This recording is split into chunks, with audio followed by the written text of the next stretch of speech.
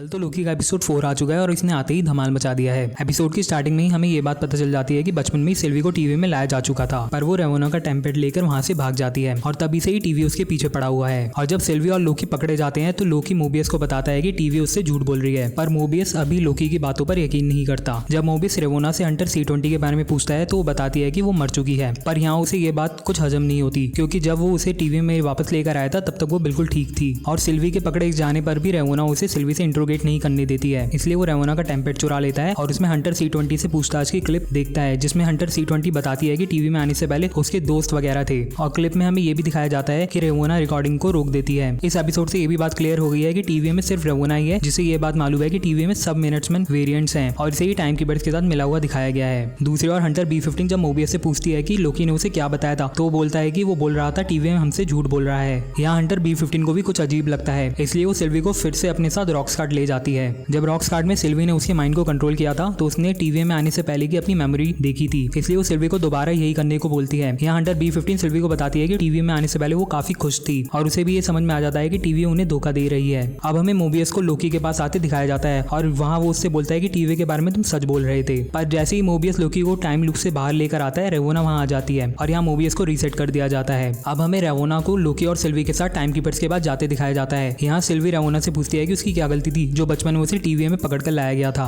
पर इस पर रेवोना मुस्कुराकर बोलती है कि पता नहीं। अब हमें पहली बार टाइम कीपर्स के दर्शन होते दिखाया जाता है और जैसे ही टाइम कीपर्स इन दोनों को मिटाने के लिए बोलते हैं कि वहाँ हंटर B15 इनकी हेल्प करने आ जाती है। यहाँ सिल्वी टाइम कीपर्स पर अटैक कर देती है और हमें पता चलता है कि वो सिर्फ रॉबर्ट्स हैं जिन्हें कोई और कंट्रोल कर रहा है। इसके बाद हमें रेवोना को लोकी को रीसेट करते दिखाया जाता है और तभी सिल्वी रेवोना पर अटैक कर देती है। यहाँ रेवोना उसे बोलती है कि मार दो, पर सिल्वी उसे यहाँ कहती है कि तुम्हें अभी बहुत से जवाब देने हैं और इसी के साथ एपिसोड 4 एंड हो जाता है। तो इस वीडियो के लिए बस इतना ही। मैं मिलता हूँ आपसे नेक्स्ट वीडियो में। Till then tata bye bye.